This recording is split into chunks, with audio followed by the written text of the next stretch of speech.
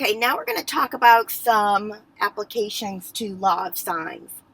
And one of the big applications is navigation. And so what I first want to go through with you is how to read notation for navigation. So if we look at the coordinate plane like a compass, so the y-axis pointing up would be north, the y-axis pointing down would be south, and then the x-axis going to the left would be west, and the x-axis going to the right would be east. Now, if we're going due east, that means we're headed in this direction where the red arrow is. So if I look at that arrow going due east, that would be as if I was going in the direction of 0 degrees. Because if I look at this as far as standard form of an angle, my initial side would be on the positive x-axis. I wouldn't span open any degree. My terminal side and my initial side would lie on top of each other. For part B, 25 degrees east of south would be if I started south and I swing open 25 degrees in the east direction. Now, if I look at that in terms of standard form, and I want my terminal side to be where it's blue, on that blue arrow, then I want to be able to swing open from the x-axis and land in the same spot. So I would have to take 270 degrees, where this is right here where I just shaded in green, that would be 270 degrees, and I would have to add another 25 degrees. If I do that, I would get 295 degrees. So 25 degrees east of south, or an angle in standard position, would be 295 degrees.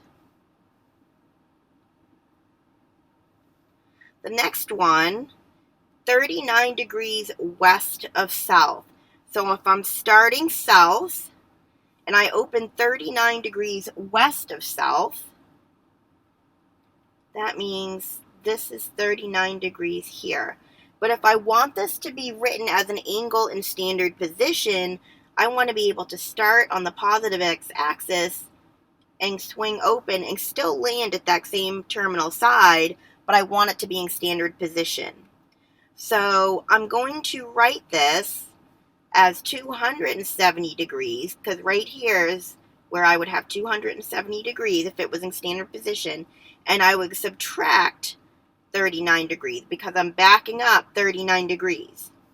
And when I do that, I get 231 degrees. So 39 degrees west of south, written as an angle in standard position, would be 231 degrees. Now, another way that could be written, another form of notation, would be that I start south and I open up 39 degrees in the west direction. So this and this mean the same thing. And let's write the same notation up here. So for part B, if I want to go 25 east of south, that's the same thing as starting south and then swinging open 25 degrees in the east direction. So this is another way to write example B. For part D,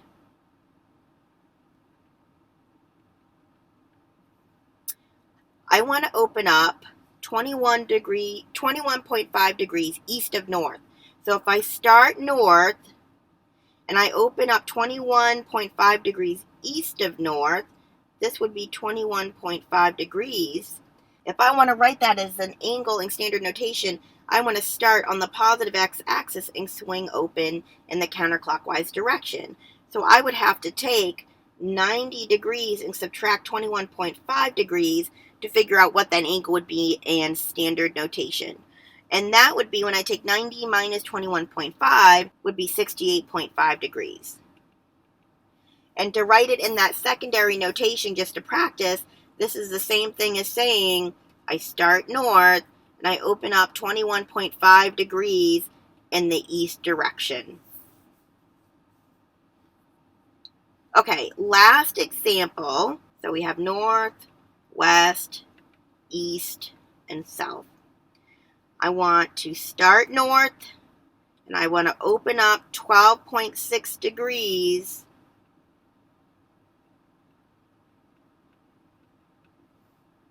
west of north. So in this case, I want to open up, if this is standard form, where my initial side is on the positive x-axis and I want to open up here, I want to take 90 degrees plus 12.6. And when I do that, I get 112.6 degrees.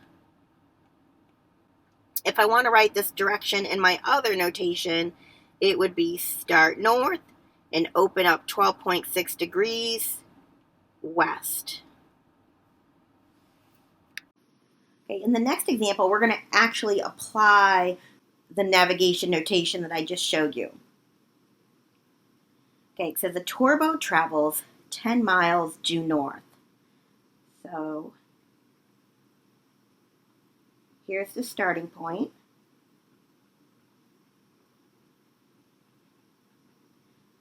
And the boat travels 10 miles north.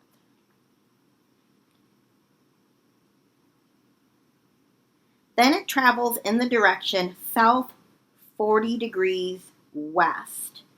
So if I look at this like a compass, if I'm looking south and I swing open 40 degrees west, this would be 40 degrees. This is his second leg of the tour. So we'll call this side A because that's the first leg of the tour. We'll call this side B because that's the second leg of the tour. And then it says the boat will be currently 15 miles from the starting position. So we'll call this side C, and we'll label C as being 15 miles from the starting position. Okay, now it's asking us how far has the boat traveled on the second leg. So we need to figure out the value of B. Okay, so since this is side B, I'm going to label this as angle B. I'll label this as angle A, and I'll label this as angle C since it's across from side C. So we don't have enough information as is to solve directly for B. We would need to know what one of the other angles would be. So we can use the law of sines to figure out one of the other angles. We do have side C and angle C, so that's where we're going to start. Sine of 40 degrees over 15.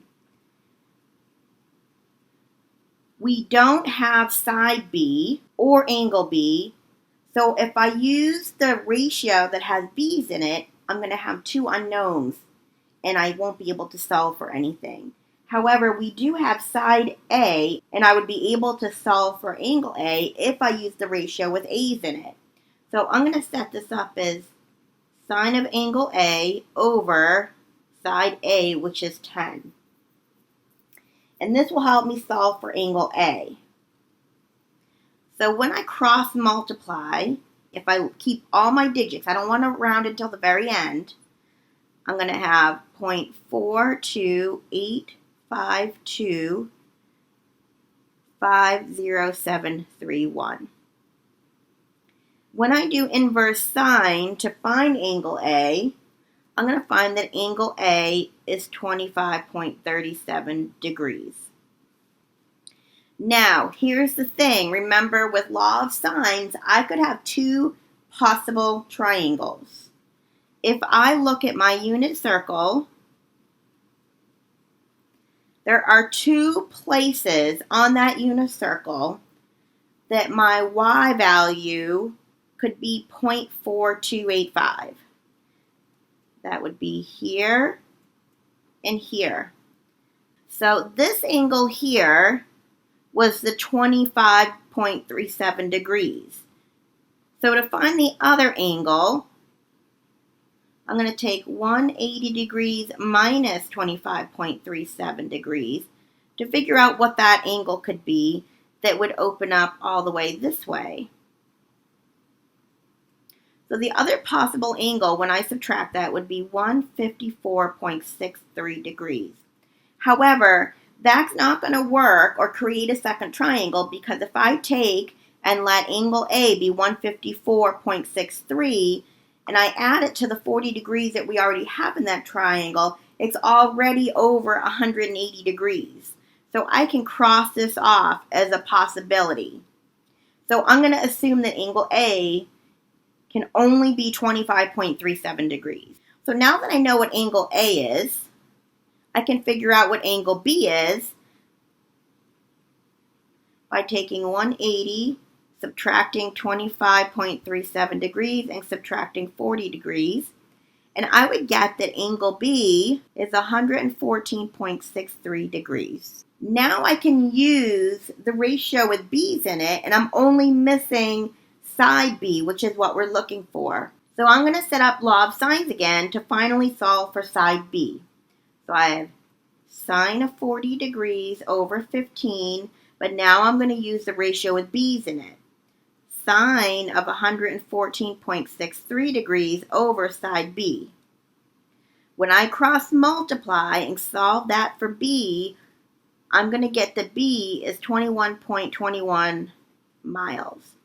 So the second leg of his journey is going to be 21.21 miles. Okay, next example, it says Bob was dropped off in the wilderness and spots a camp 20 degrees west of north. So if I look at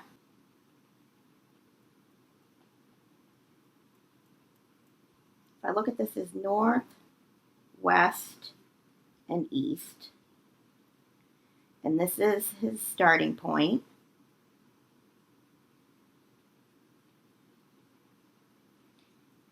It doesn't say he actually walked or moved anywhere at this point. It just says that he spots a camp 20 degrees west of north.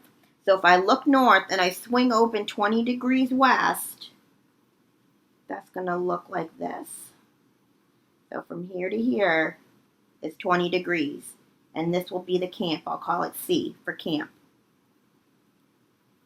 Okay, then it says he proceeds to hike 25 degrees east of north. So this is when he actually starts to walk. So he's looking north and he swings open 25 degrees east. And this is his walking path. And it says he walks 3.75 miles. Now he notices, this is where he's standing currently, he notices the camp is now 70 degrees west of north. So if I draw another compass from where he's standing, so this is north, this is west, this is east.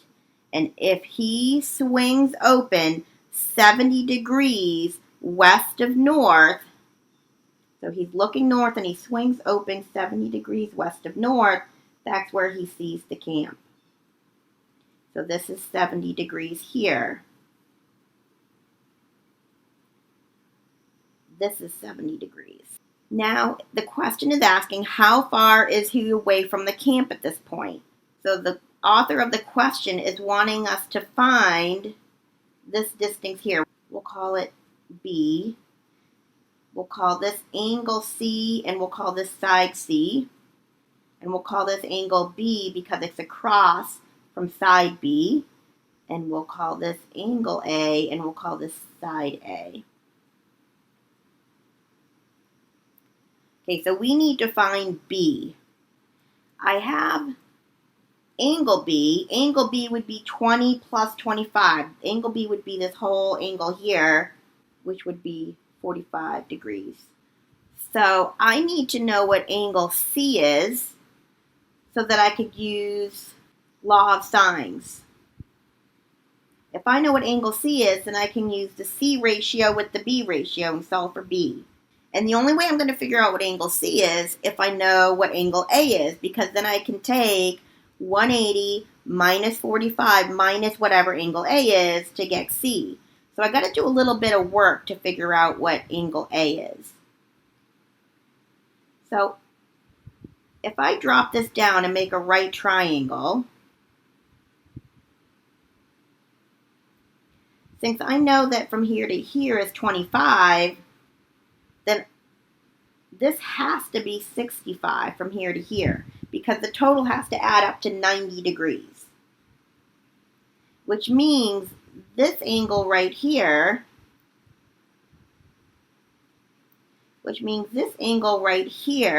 would have to be 25. Because if I look at this right triangle, all the angles have to add up to 180, which then leaves me with angle A as being 85 degrees, because this whole line right here, if I swing open, has to be 180 degrees. So if I take 25, 85, and 70, that will give me 180 degrees. So now I know what angle A is, so I can figure out what angle C is. If I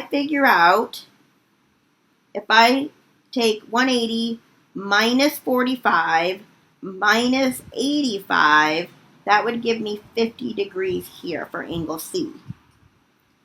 So the trick to this was really using your knowledge from what we learned so far in this class, and maybe even previous geometry, to figure out what all these angles are. Once we figure out what all the angles are, then it's a simple law of sines equation. Then I get sine of 45 degrees over side B is equal to sine of 50 degrees over 3.75. When I cross multiply and I solve for B, I get that B is 3.46 miles. Okay, in the last example, it says the angles of elevation from 2 points A and B to the top of a palm tree are 80 degrees and 60 degrees respectively. The points A and B are 15 feet apart, and the base of the tree lies on the line between them. So if I have a point here A and here B, there's a tree between them.